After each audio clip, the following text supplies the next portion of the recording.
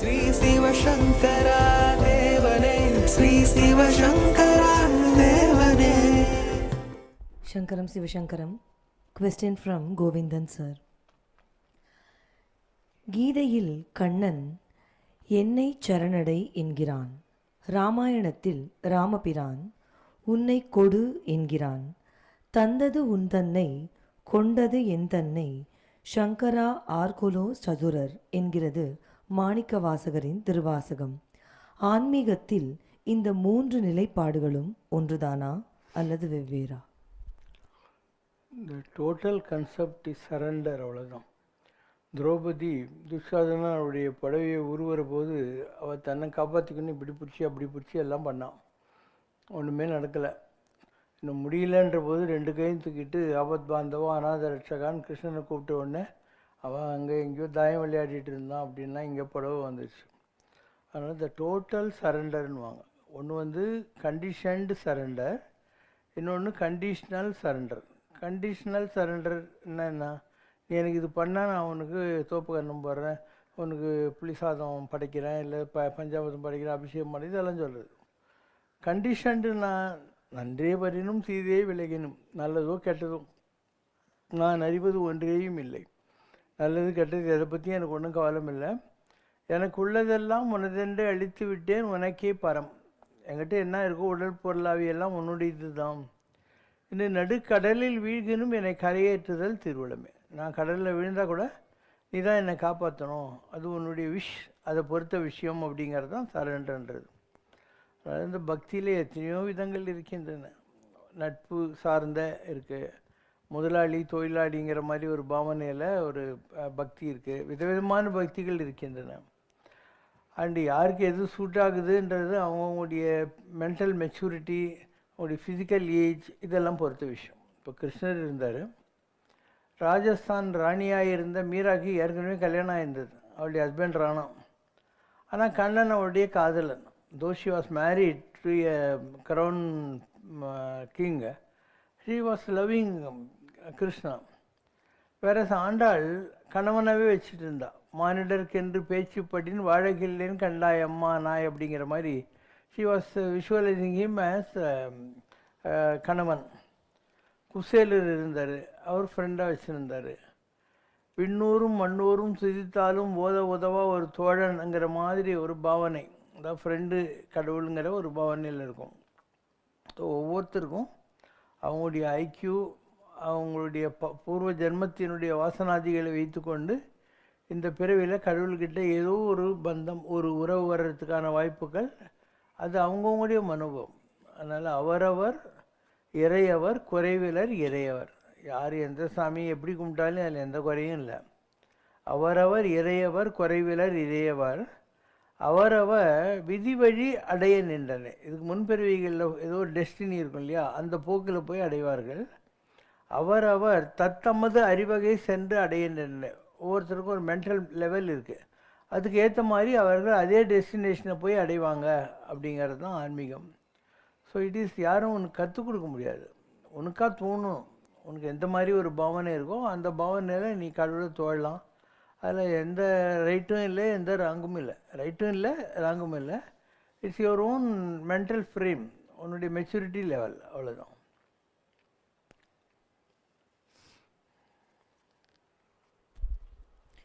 அவதார புருஷர்கள் தங்கள் அவதார நோக்கம் முடிவடைந்த பின்பும் இந்த உலகத்தில் ஏதாவது ஆலயத்தில் அர்ச்சாவதாரியாக அருள் பாலிக்கிறார்கள் என்று தாங்கள் கூறுகிறீர்கள். திருமாலிருஞ்சோலை அழகருக்கு அக்கார அடிசலும் வெண்ணையும் வேண்டிய ஆண்டாள் நாச்சியாருக்காக அதை ராமானுஜர் ஸ்ரீவில்லிபுத்தூர் கொண்டு வந்தபோது ஆண்டாள் நாச்சியார் அர்ச்சாவதாரத்திலிருந்து வெளிப்பட்டு அவரை வரவேற்றார் என்றும் தங்களுடைய மற்றொரு அருளுரை பதிவு கூறுகிறது. அர்ச்சாவதாரத்திலிருந்து வெளிப்படும் தன்மை மனித வடிவில் வரும் தெய்வ அவதாரங்களுக்கு மட்டும்தான் இருக்கிறதா அல்லது தங்களை போன்ற மகான்களுக்கும் உண்டா? பூரண பிரம்மத்திடம் தங்கள் ஆன்மாவை தாங்கள் ஏற்கனவே நிறைப்படுத்தியிருப்பதால் அதையும் கூட தாங்கள் வாழும் காலத்திலேயே இந்த பூமியில் நடந்த அர்ச்சாவதாரம் என்று சொல்ல முடியுமா? நீங்கள்லாம் 10 அவதாரம்னு படித்து தசாவதாரம் அப்படி தான் உங்கள் மைண்டில் இருக்குது. அப்படியெல்லாம் ஒன்றும் இல்லை.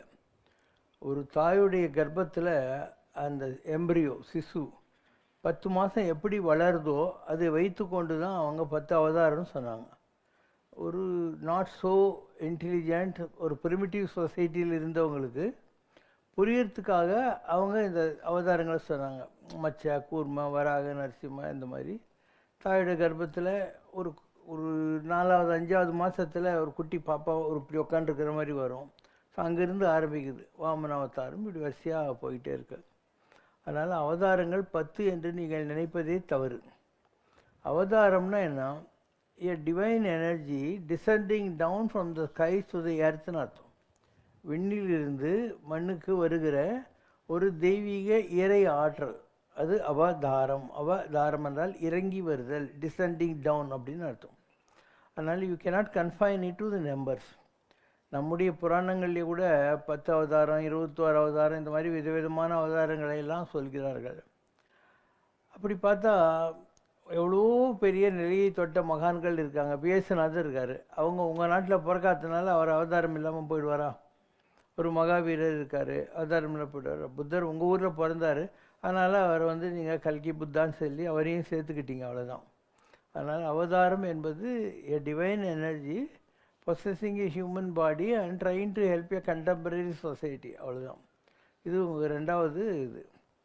3வது, ஈவன் அவதாரங்களுக்கு கூட ஒரு பர்சனாலிட்டி இருக்குது. பரசுராமர் ரொம்ப கோபமாக இருந்தார் இல்லையா? he was a very angry man. உங்களுக்கு தெரிஞ்ச அவதாரங்களில் நான் சொல்கிறேன்.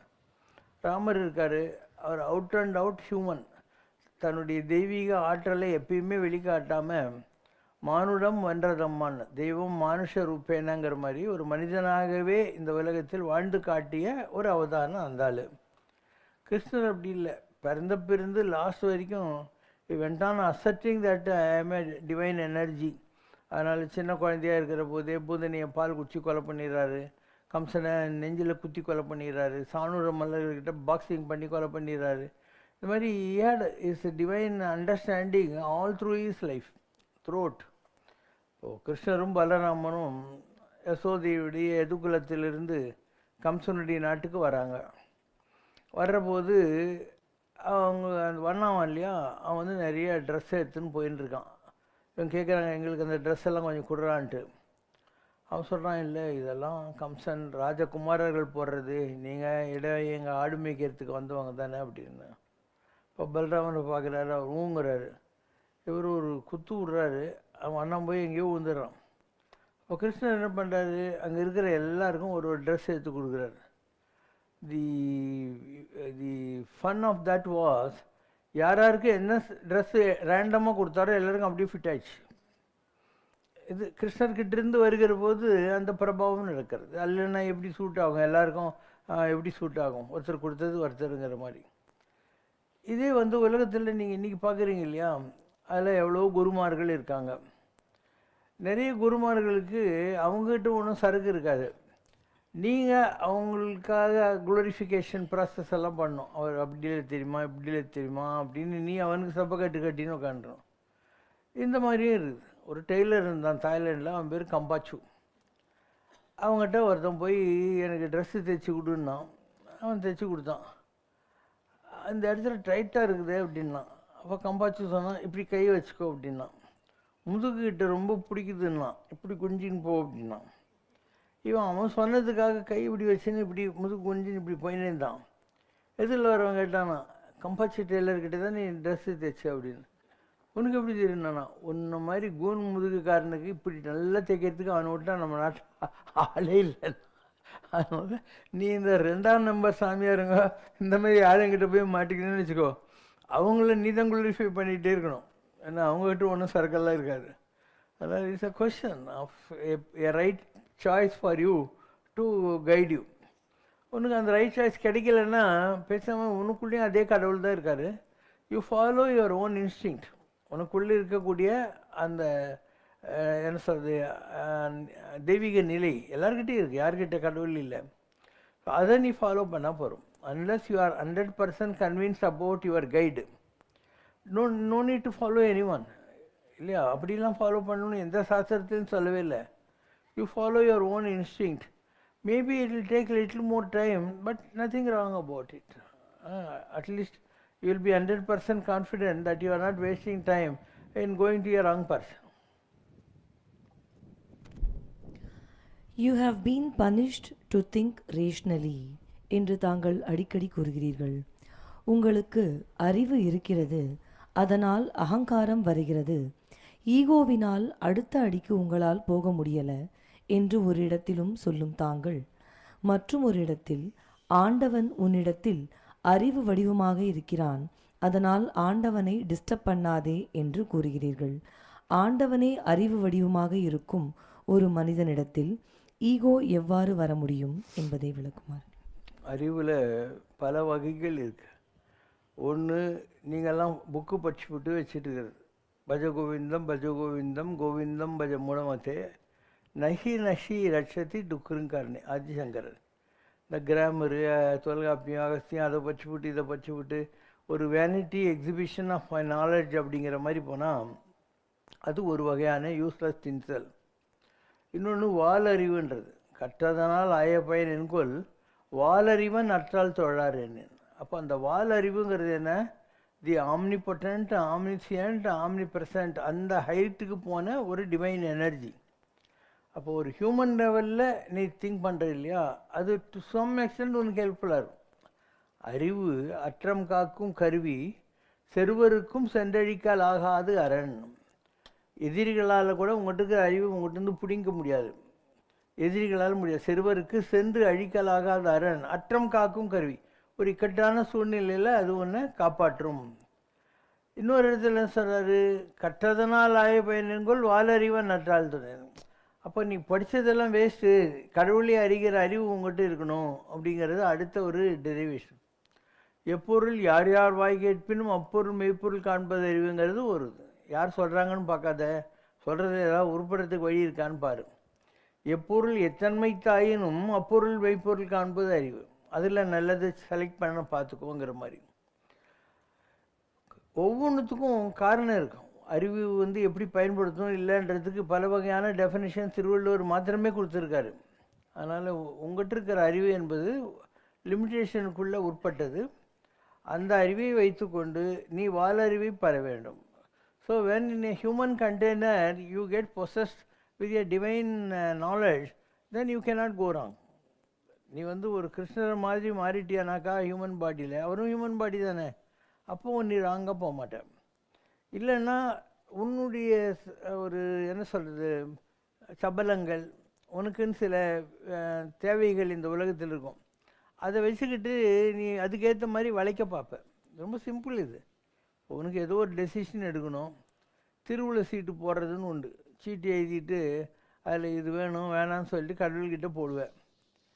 நீ ஏன் கடவுள் சொல்லுவாருன்னு தானே போட்டேன், அந்த சீட் நீ நினைக்கிற மாதிரி வரலன்னு வச்சுக்கோ. ஏன்னா உனக்குன்னு ஒரு ஐடியா இருக்குது இப்படி வரணும்னு சொல்லிட்டு. நீ நினைக்க மாதிரி வரலன்னா 2 தடவை 3 தடவை 4 தடவை போட்டு பர்சன்டேஜ் லெவலுக்கே போயிடுவேன்.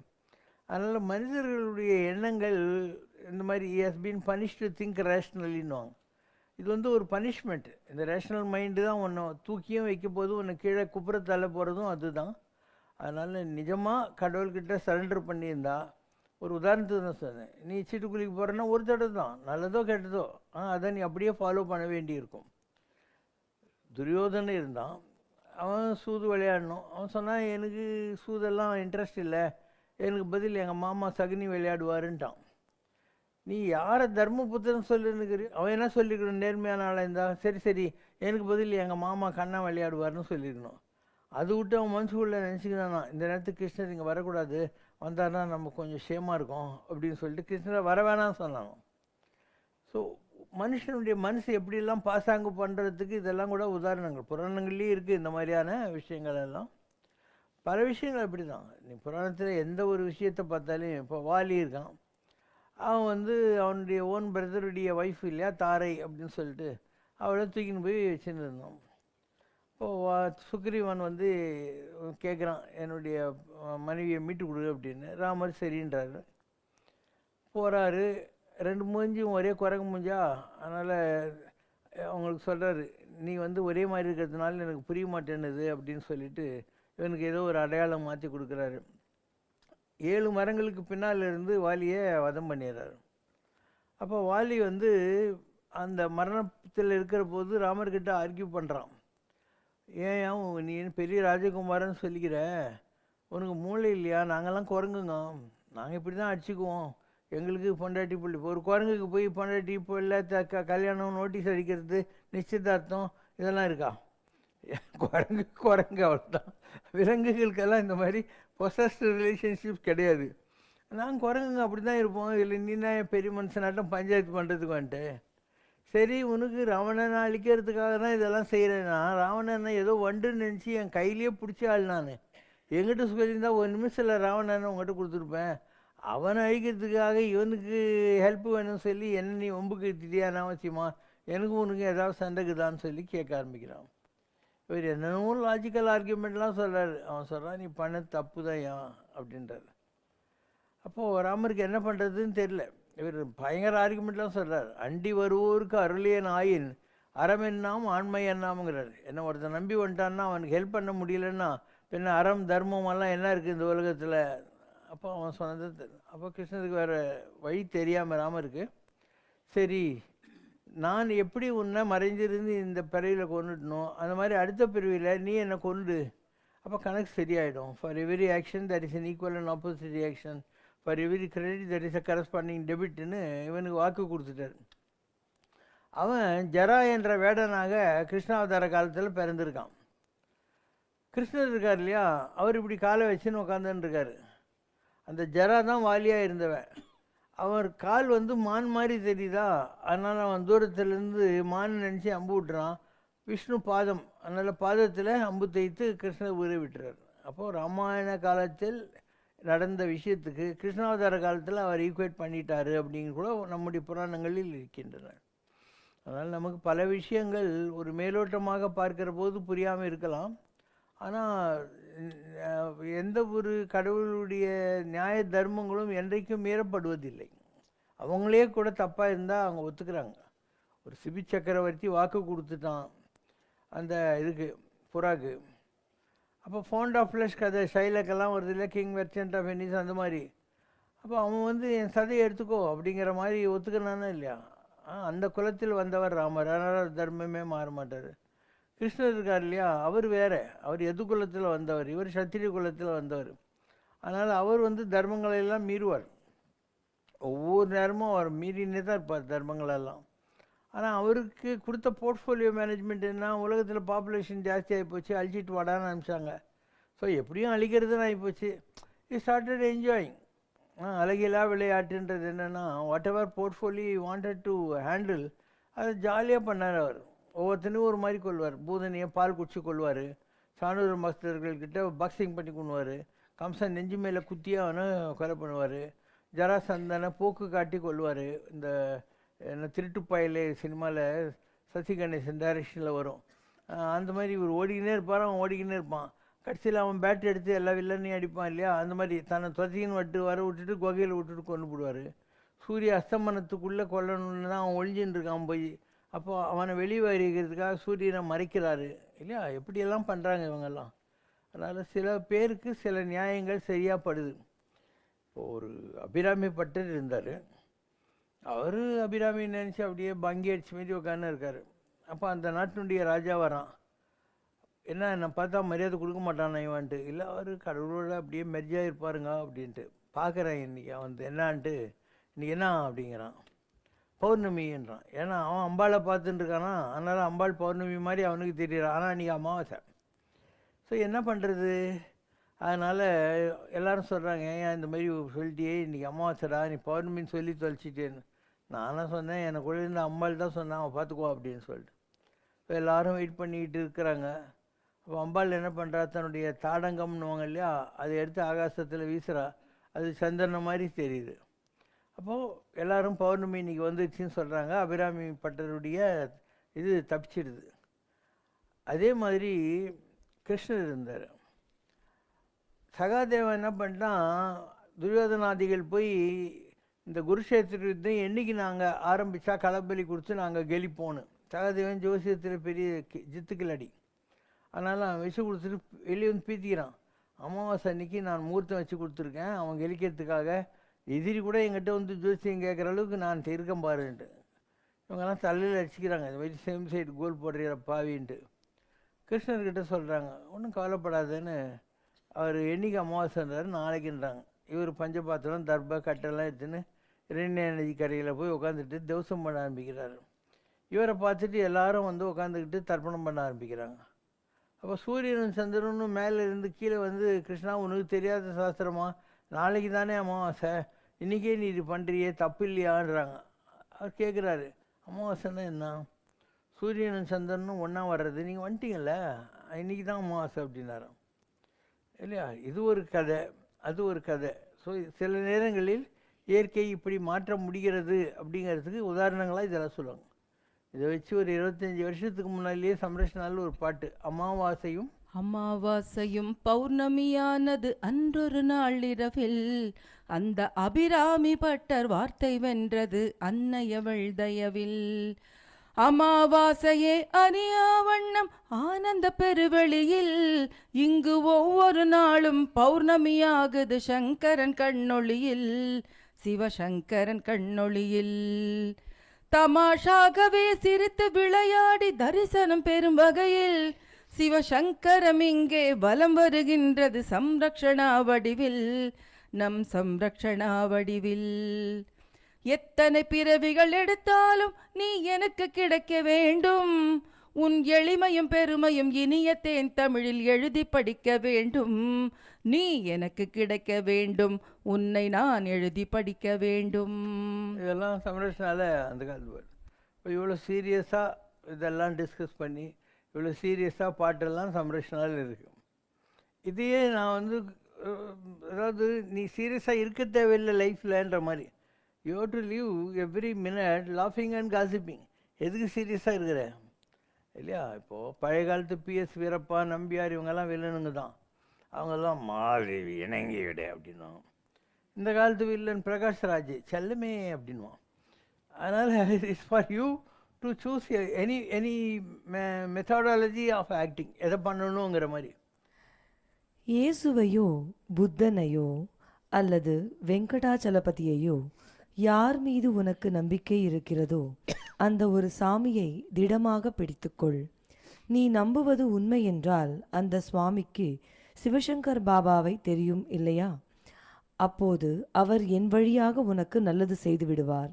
நீ என்னிடத்தில் நேரடியாக வராவிட்டாலும் ஐ கேன் ஸ்டில் ஹெல்ப் என்று தாங்கள் அருளுரை ஒன்றில் தெரிவித்திருக்கிறீர்கள். அப்படியானால் அந்த அடியவர் தங்கள் மீது எந்த நம்பிக்கை வைக்காமல் இருந்தாலும் தாங்கள் அவருக்கு உதவுவீர்களா? உலகத்தில் ஒரு மகான் இருந்தான்னா அவங்ககிட்ட விதவிதமான காரணங்களால் மனிதர்கள் இல்லை பக்தர்கள் வருகிறார்கள். ஒன்று, அந்த மகான் இன்றைக்கி இந்த உயர்ந்த நிலையை தொடுவதற்கு முன்னால் அவரும் உலகத்தில் பல்வேறு பிறவிகள் எடுத்து வந்திருப்பார் இல்லையா? அப்போ அவருக்கு ஏதோ ஒரு வகையில் கனெக்டடாக இருக்கிறவங்க, அவர் சாமியாகத்துக்காக காடு மூடு கோயில் பிடிச்சின்னு சுற்றி இருந்தபோது யாரெல்லாம் கனெக்டடாக இருந்தாங்களோ அவங்கெல்லாம் வருவாங்க. ஏன்னா அவங்களுடைய பேங்க்கு இந்த சாமி. இவங்க ஏதோ டீ வாங்கி கொடுத்துருப்பாங்க, மோர் வாங்கி கொடுத்துருப்பாங்க, எங்கள் வீட்டு திண்ணையில் படுத்துட்டு போன்னு சொல்லியிருப்பாங்க. அந்த மாதிரி ஏதோ ஒரு கனெக்ஷன் இருக்கும், அதுக்காக வரும். ரெண்டாவது, நீங்கள் வேறு ஏதோ ஒரு மகானை நம்புறீங்க, ஒரு சாய்பாபா, ராகவேந்திரர், இது மாதிரி எவ்வளோ மகான்கள் இருக்காங்க. எந்தரோ மகானுபாவரும் அந்தரிக்க நான் வந்தனம் அப்படின்னு தியாக பிரம்ம சொல்கிற மாதிரி இருப்பாங்க. நீங்கள் அவங்கள நம்புனீங்கன்னா அவங்க ஃபிசிக்கலாக உலகத்தில் இல்லை, நான் ஃபிசிக்கலாக உலகத்தில் இருக்கேன். அப்போ அவங்க ஒன்று என்கிட்ட வர்ற மாதிரி மாற்றுவாங்க. ஒரு யாரோ சொல்லுவாங்க அதுக்காக நீ வருவேன், இல்லை உனக்கே அந்த மாதிரி ஏதாவது ஒரு ஆக்சிடெண்ட்லாம் தாட் வரலான்னு என்கிட்ட வருவேன். இது ரெண்டாவது வர்றது. மூணாவது, நீங்கள் வந்து ஏதோ ஒரு தெய்வம் இல்லை குல தெய்வம், கிராம தெய்வத்தை இதெல்லாம் இருக்குது, அதுக்கெல்லாம் படையல் கிடையில் போட்டுட்டு உங்களுக்கு ஏதோ ப்ராப்ளம் இருக்குதுன்னு சொல்லி முறையிட்டுன்னு இருப்பீங்க. இப்போ அவங்களுக்கு தெரியும் ஐ மீன் அ சீட் ஆஃப் பவருங்கிற மாதிரி. அப்போது அந்த சீட் ஆஃப் பவரில் யார் இருக்காங்களோ அவங்க தான் உனக்கு ஹெல்ப் பண்ண முடியுங்கிறதுனால நீ கும்பிடுகிற செமி காட்ஸோ டெமி காட்ஸோ இல்லை ஒரு ஹை லெவலுக்கு போனால் வேறு ஒரு ஸ்பிரிட்டோ அவன் உன்னை எங்கிட்ட கொண்டு வந்து விடுவாங்க. இப்படி பல வகைகள் வருவார்கள். எங்களுக்கு பாரபட்சம் கிடையாது. நீ வர்றன்னாவே வந்து இது டெஸ்டினின்னு அர்த்தம். இல்லைன்னா நீ ஏன் வரப்போகிற? கடவுளுக்கு எல்லாம் தெரியும். வேண்டத்தக்கது அறிவோய் நீ, வேண்ட முழுதும் தருவோய் நீங்கிற மாதிரி கனெக்ஷன் ஏதோ ஒரு மூலமாக, இந்த மூலம் அந்த மாதிரி ஏதோ ஒரு வகையில் நீங்கள் எங்கிட்ட வருவீங்க. எங்களுக்கு வந்து எங்ககிட்ட நீங்கள் எதிரில் உட்காந்துட்டு ஃப்ளாஸ்கில் தண்ணி குடிச்சுன்னு இருக்கீங்களா, அந்த மாதிரிலாம் நாங்கள் பார்க்குறதில்ல. நீ எங்கிட்ட வராமல் வேறு ஒரு சாய்பாபா இல்லை ஒரு இன்னொரு ராகவேந்தரர் யார்கிட்ட இருந்து வரையான்றதை பற்றி எனக்கு கவலை இல்லை. நீ கும்பிடுற ஏதோ ஒரு கடவுள் இருக்கும் இல்லையா, அது மூலமாக எங்கிட்ட நீ வரையாங்கிறத பற்றி எனக்கு கவலை வந்துட்டு இல்லை. அப்போ எங்கள் வேலை இது தான், நாங்கள் செய்வோம், யார் வந்தாலும் செய்வோம், செய்கிறது தான் எங்கள் வேலைங்கிறது. இதெல்லாம் வந்து சாதாரண நிலையில் இருக்கக்கூடிய ஒரு சாமியாருக்கு தெரியாது. நீ ஒரு உயர்ந்த நிலைகளை தொடணும். நிஜமாக சொல்லப்போனால் சாமி யார் அப்படின்னு உனக்கு தெரியணும். சாமியார்னா ஏதோ தாடி வச்சுன்னு கையில் குச்சி வச்சுன்னு சுற்றுறது இல்லை. சாமி யார் அப்படின்னு தெரியணும். வள்ளலார் சொல்லுவார்ல, நான் பெற்ற பேர் ஓதி முடியாததுன்னு, நான் பெற்ற பேர் சாமி அறிவாரடி அப்படின்வார். கடவுளுக்கு தான் தெரியும் எனக்கு எந்த மாதிரியான நிலைகள்லாம் கொடுத்துருக்காரு கடவுளுங்கிறதுங்கிற வார்த்தை சொல்லுவார். அது மாதிரி சாமின்னா கடவுள் யாருன்னு தெரிஞ்சுக்கிட்டவன் தான் சாமியார். இந்த கையில் குச்சி வச்சுன்னுக்கிறவன், தாடி வச்சுன்னுக்கிறவன், காவி கட்டினுக்கிறவெல்லாம் சாமியார் கிடையாது. அது மனோகர் ட்ராமாவில் வர மாதிரி இன்னொரு வேஷம். அதனால் சாமி அறிவாரடின்னு வள்ளலார் சொல்கிறதுக்கு அதுதான் அர்த்தம். உனக்கு அந்த ஃபெய்த் இருந்தால் நீ வந்து சேருவ. If your faith is total you will come to me. ஏன்னா இப்போத்துக்கு இந்த உலகத்தில் ஒரு ஹையஸ்ட் லெவலுக்கு போன நிலையில் நான் இருக்கேன். ஏன்னா நான் ஜாலியாக உட்காந்துக்கிற மாதிரி உனக்கு இருக்கும், பட் உனக்கு புரியாது. இந்த நேரத்தில் இந்த உலகத்தில் வந்து பெரியவங்க இருந்தாங்க. பரமாச்சாரியார் இருந்தார், கோடிசாமி இருந்தார், சிவபிரபா சித்தியோகி இருந்தார், மாயம் வந்தாங்க, கிருஷ்ணவாணியம் வந்தாங்க, எவ்வளோ மகான்கள் இருந்தாங்க. அவங்கெல்லாம் இப்போ இல்லை, ஃபிசிக்கலாக அவங்க கிடையாது. அப்போ நீங்கள் எங்ககிட்ட வருவீங்க. ஒரு உதாரணம் சொல்கிறேன்.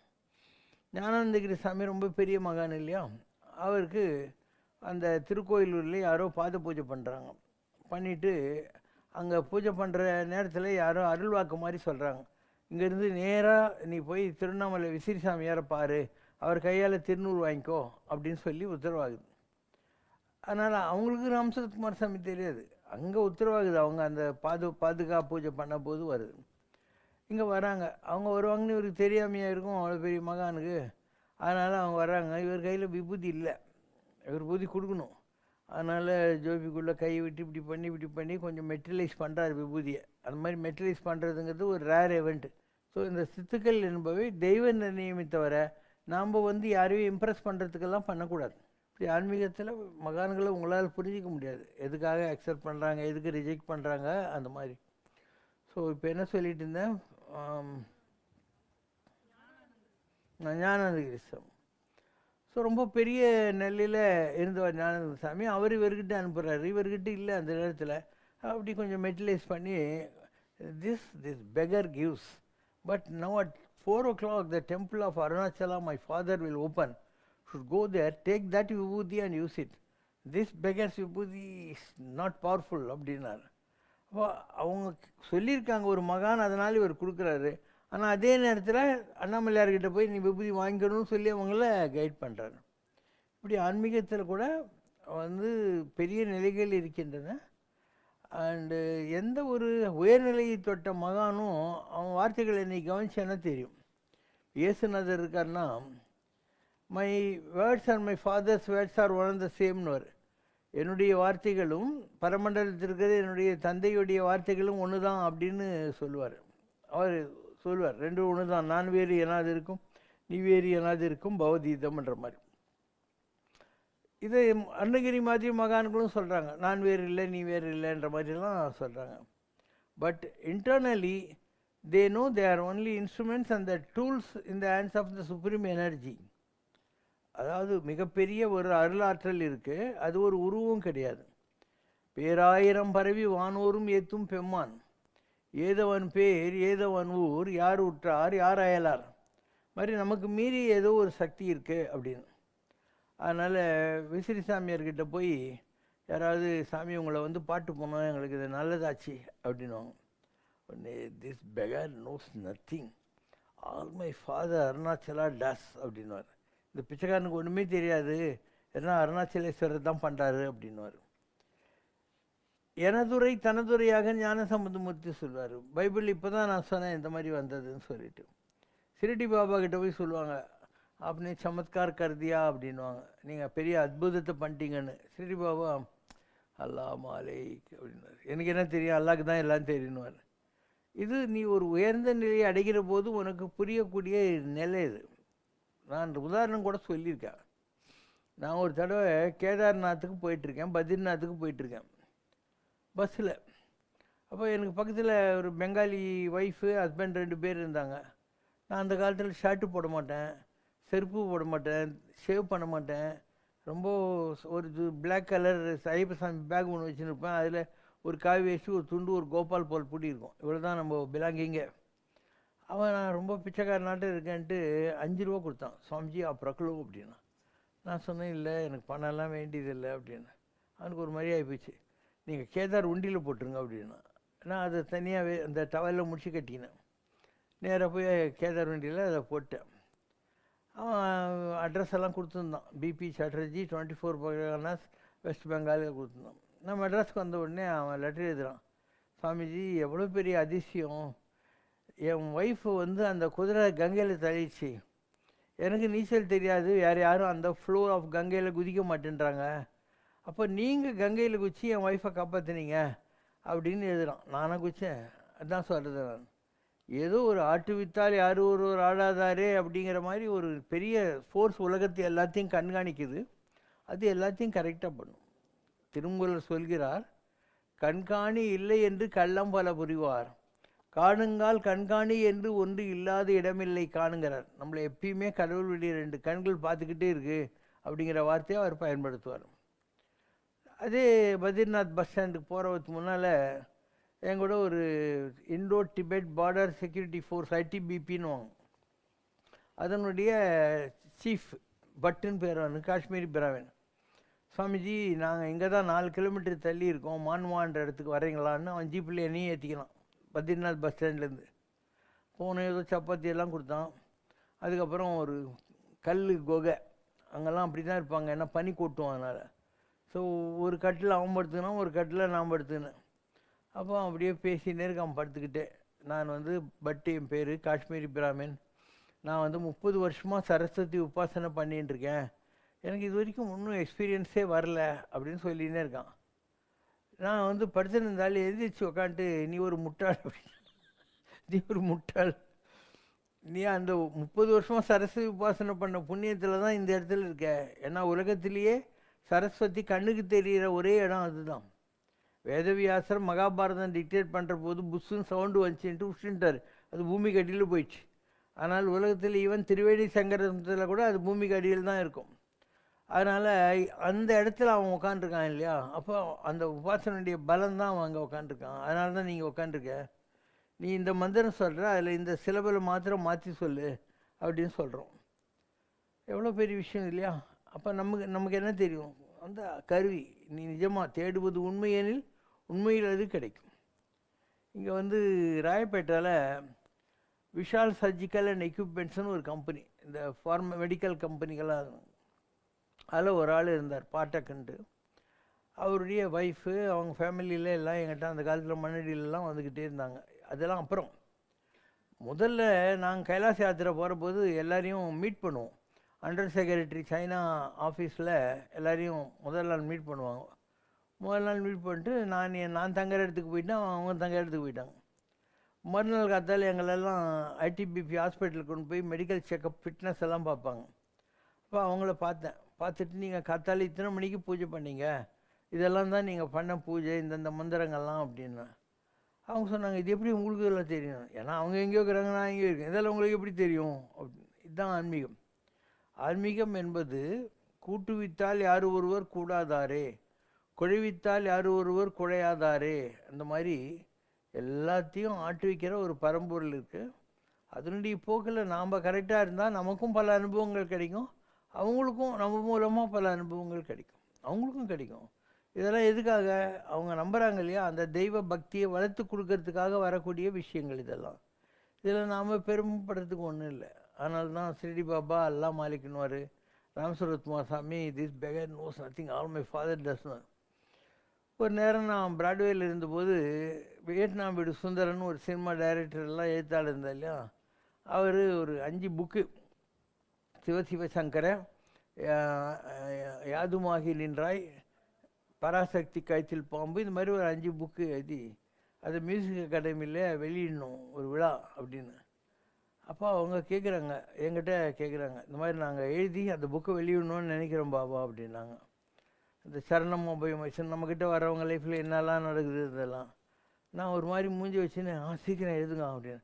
என்ன பாபா கிண்டல் எழுதுறீங்க? இல்லை, நீங்கள் போட போகிற புக்கை படித்து தான் நான் என்ன பண்ணேன் எனக்கே தெரியும். நீங்கள் போடுற போகிற புக்கை படித்து தான் நான் என்ன மிராக்கிள் பண்ணியிருக்கேன் எனக்கே தெரியும் அப்படின்னு. ஸோ சிட்டி பாபாவும் அப்படி தான் சொல்கிறார், நானும் அப்படி தான் சொல்கிறேன், ராம் சுரகுமார் தான் இப்படி சொல்கிறார். எல்லா மகான்களும் அல்டிமேட்டில் இதுதான் பண்ணுவாங்க. இதுதான் ஞான சம்பந்தர் சொல்லுகிற எனதுரை தனதுரை.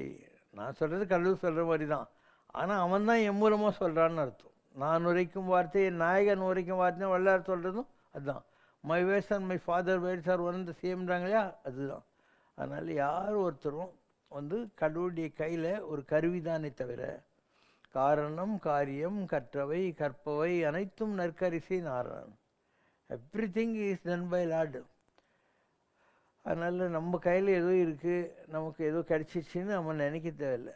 நீ எவ்வளோக்கு எவ்வளோ நீ ஹானஸ்ட்டாக இருக்கியோ, எவ்வளோக்கு எவ்வளோ அடக்கமாக இருக்கியோ, அடக்கம் அமரல் உயிக்கும், அடங்காமை ஆறுருள் உயித்து விடும். காக்க பொருளா அடக்கத்தை ஆக்கம் அதனின் ஊங்கு இல்லை உயிர்க்கு, ஒருமை இல்லாமல் போல் 5 அடக்கல் ஆக்கிட்டேன். ஏன்னா இதெல்லாம் திருக்குறளே இருக்குது. அடக்கம்னா எப்படி இருக்கணும் அப்படிங்கிறது. அதில் இன்னொன்று சொல்கிறாரு, யாவர்க்கும் நன்றாம் பணிதல் செல்வர்க்கே செல்வம் தகித்துன்றார். எல்லாரும் அடக்கமாக இருங்க, அதில் யாராவது ஒரு வகையில் ஒரு பரஸ்பரஸாக ஒருத்தர் இருக்கான்னா அவன் இன்னும் அடக்கமாக இருக்கணும், அவனுக்கு இன்னொரு செல்வம் மாதிரி அந்த அடக்கம் அப்படிங்கிற வார்த்தையை சொல்கிறார். அதனால் இந்த உலகத்தில் உனக்கு எல்லாம் கிடைக்கும், தேடினா கிடைக்கும். பட் ஏன்னா God is waiting for instrument. நீங்கள் ஒன்றுமில்லாத ஆஃபீஸ் நடத்துறதுக்கே உங்களுக்கு ஸ்டாஃப் கிடைக்க மாட்டேங்குது. அப்போ கடவுளுக்கு இவ்வளோ பெரிய உலகத்தில் எல்லாத்தையும் செய்யணுன்னா அவனுக்கு ஆள் தேவை தானே. So is always waiting for a deserving person to be appointed as is worker. கிடைக்க மாட்டேன்றாங்க. உலகத்தில் எல்லோரும் அறக்குறைங்களாக இருக்குதுங்க, டிஸ்ஆனஸ்டாக இருக்குதுங்க. இதெல்லாம் கரெக்டான ஆள் கிடைக்கிறது கஷ்டம் கடவுளுக்கு. கிடைச்சிட்டா கடவுள் உன்னை மகிமைப்படுத்துவான். நீ எவ்வளோக்கு எவ்வளோ கரெக்டாக இருக்கியோ அவ்வளோக்கு அவ்வளோ உன் பவர் ஜாஸ்தியானே போகும். நீ ஒரு மிட்டாய் கடைக்கு போகிற, அவன் ஒரு 1/4 ஸ்பூன் இப்படி உன் கையில் போடுவான், அன்னைக்கு பார்த்துட்டு 1/2 கிலோ கட்டுங்கன்னு நீ சொல்லணும். அதே மாதிரி தான் கடவுள் கூட ஒரு பவரை கொடுப்பான் ஒருத்தனுக்கு. அதை நீ எப்படி ஹேண்டில் பண்ணுறன்னு பார்த்துக்கிட்டே இருப்பான். நீ கரெக்டாக ஹேண்டில் பண்ண உன் பவர் விருத்தியாகிட்டே இருக்கும். நீ அதை கரெக்டாக ஹேண்டில் பண்ணலன்னு ஏன் உங்கள்கிட்ட இருக்கிறது பிடிங்கிட்டு அடுத்த ஆளுக்கு கொடுத்துருவாங்க. ஒரு வயசுலே நின்றுட்டுருக்காங்க எல்லாருக்கும்.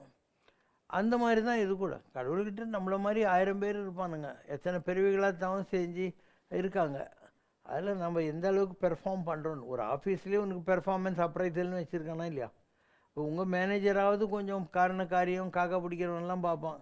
கடவுளுக்கு அதெல்லாம் கிடையவே கிடையாது. வேண்டுதல் வேண்டாமல் இலானடி சேர்ந்தாருக்கு யாண்டும் இடுமேல. நோ பாரபட்சம், நோ பார்ஷாலிட்டி. நீ கரெக்டாக இருந்தாக்கா அவனுக்கு கடவுள் கொடுத்துக்கிட்டே தான் இருப்பார். அந்த வகையில் Sivasankar Baba I had no big background, okay, but I have become the number one whether you want to believe or not. இந்த விஸ்வாமித்திர நாட்டில் 4 வரி படி. கோயம்புத்தூரில் ஒரு நாடு இருந்துச்சு. அந்த ஆள் ராஜீவ்காந்தியை மனித வெடிகுண்டில் கொல்லுவாங்கன்னு சொல்லி 7 மாதத்துக்கு முன்னாடியே சொல்லிட்டான். அதே மாதிரி மனித வெடிகுண்டுக்கு போச்சு. ஸோ எங்கிட்ட இருந்து ஒரு ஆள் என்னுடைய கைரேகையை அனுப்பிச்சார். அந்த ஆளுக்கு அவன் எழுதுகிறான்,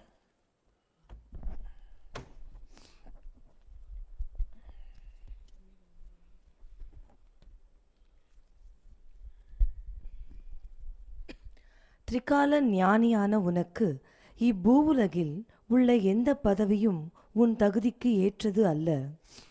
நீ மனித உள்ளங்களை அறியும் பாக்கியம் பெற்றவன். மனித வினைகளை களையவும் அவர்களுக்கு நற்கதி தந்திடவுமே இக்கலியுகத்தில் உன்னை சர்வேஸ்வரன் அனுப்பியிருக்கிறான். ஞான சக்தி உன்னிடம் குடியிருக்கிறாள். ஞான சக்தின்னா யாரு? சரஸ்வதி. நாவித் சரஸ்வதி நற்றுணியார். நான் ஒரு காலத்தில் சிகரெட் பிடிச்சிருந்தேன், கோல்ட் ஃப்ளேக் ஃபில்டர் கிங்ஸ். அப்போது ஒரு புரட்டாசி சனிக்கிழமைக்கு சரஸ்வதி சொன்னான், நான் உன் நாக்கில் நிற்க போகிறேன்டா, இந்த லாகிரியெல்லாம் விடுன்னா. 4 ஃபில்டர் இருந்து தூக்கி போட்டேன். அதுலேருந்து இன்றைக்கி வரைக்கும் நான் ஸ்மோக் பண்ணுறதில்ல. அப்போ அவங்க நிற்கணும் நாக்கில். அப்போ நீ எந்த கேள்வி கேள்வி, நோ ப்ரிப்பரேஷன், போட்டு அடிச்சிட்டு போயிட்டே இருப்போம் நம்ம. இதெல்லாம் அப்படி தான், அருள்ன்றது அப்படி தான் வரும். இது குலவித்தை கல்லாமல் பாகம்படும்வாங்க. புக்கிலெல்லாம் படித்து வராது. நகி நகி ரட்சதி தானாக வரும். ஆசிரமம் போல் வேஷமோ சந்நியாச கோலமோ. அப்போது எனக்கு சன்னியாச கோலம் தேவையில்லைன்னு அவங்களே சொல்கிறாங்க. அந்த சந்நியாச ஆசிரமம்ன்றாங்களே இப்படிலாம் இருக்கணும்ன்ட்டு, அதெல்லாம் உனக்கு தேவையில்லை அப்படின்னாங்க. நீ சொன்னால் நவகிரகங்கள் கட்டுப்பட்டு நிற்கும். எவ்வளோ பெரிய நிலை! நவகிரகங்களை கட்டுப்படுத்துறது யாருக்குமே கிடைக்காத ஒரு பவர். நீ சொன்னால் கட்டுப்படும். நின் ஸ்பரிசம் பட்டால் வியாதி தோஷம் விலகி ஓடும். நான் தோணணும், நீ என் கை பிடிங்கி வச்சுக்கூடாது. ஏவல் பில்லிகளில் துயர்படுவர் துயரினை நீ துடைப்பாய். உனக்கு நெற்றிக்கண் உள்ளது, அது மற்றவர் கண்ணுக்கு தெரியாது. உனக்கு கற்பிக்கக்கூடிய வித்தைகள் அனைத்தும் வானுலகத்து தேவர்களிடமிருந்து நேரடியாக வருமே தவிர ஆச்சாரிய பீடத்திலிருந்து ஒரு மனிதன் உனக்கு சொல்லித்தர மாட்டான். நான் பார்க்காத குருமார்களே இல்லை. ஆனால் அவன் என்ன சொல்கிறான், உலகத்தில் உனக்கு குருவாக இருக்கிறதுக்கு யாருமே கிடையாது. உன்னை குரு என மக்கள் கூறுவார், நீ குருவல்ல, இறை இறை இறை. So you are no guru, you are God God God அப்படிங்கிறத சொல்லி முடிப்பார் அவர். எப்போ 1990 அந்த ரேஞ்சில் சொல்லிட்டாங்க. இதெல்லாம் மண்ணடியில் ஆன்மீகம் தொடங்கிய காலத்தில் இதெல்லாம் சொல்லிட்டாங்க. அதனால் Sivashankar Baba knows his heights. ஒரு கடவுளுக்கே ஒரு ஆள் வந்து பிரைம் மினிஸ்டராக இருக்கிறதுங்கிறது விளையாட்டு கிடையாது இல்லையா? ஸோ ஐ ஆம் காட்ஸ் பிரைம் மினிஸ்டர். இது வந்து திருவண்ணாமலையில் விசிறி சாமி இருந்தார். அவர் சொன்னார், Sivasankara has gone to greater level than Aurobindo and Chaitanya. அரவிந்தரை விட சைத்தன்யரை விட சிவசங்கர் பாபா பெரிய நிலைக்கு போயிட்டார்.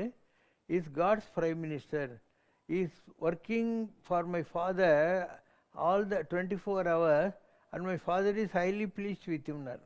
அண்ணாமலையார் இவர்கிட்ட அவ்வளோ சந்தோஷமாக இருக்கார். 24 மணி நேரம் கடவுளுடைய சிந்தனை தவிர வேறு இல்லாமல் அழகாக ஒர்க் பண்ணிக்கிட்டு இருக்காரு அப்படின்னார்.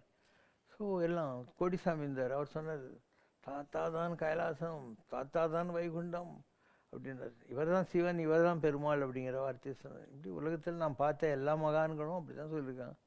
வெளிநாடுகளில் நான் பார்த்த மகான்களும் அதுதான் சொல்லியிருக்காங்க. பெரிய ஒரு மகான் பெனசிர் கூட்டோக்கெல்லாம் குருவாக இருந்த ஒரு ஆள் இதில் இருந்தார், பங்களாதேஷில். அவர் சொன்னார், சிவசங்கர் பாபா இஸ் அல்லா அப்படின்னார். உலகத்தில் அல்லான்னு சொல்லவே கூடாது, நபி தான் சொல்லணும். அவர் சொன்னார், இவர் தான் அல்லாஹ். இவர் காலில் சந்திரனும் சூரியனும் தவம் இருக்கின்றன. இவர் வந்து உலகத்தில் பெரிய யானைன்னா பிள்ளையார், உலகத்தில் பெரிய சிங்கம்னா நரசிம்மர். இதெல்லாம் அவர் சொன்னது. அதனால் Sivashankar Baba knows where he is. I'm just waiting. உலகத்தில் சில மாற்றங்களாலும் நிகழ வேண்டியது. கூடி சீக்கிரம் எல்லாம் போவானுங்க, கெட்டவன்லாம் போடுவான், நல்லவங்க மாத்திரம் இருப்பாங்க. அப்போது ஒரு சத்தியயுகம் மலரும், உங்கள் கண்ணெதிரிலேயே சத்தியயுகம் மலரும். அப்போது my hour will come. I have come to do that. That's why I created everything.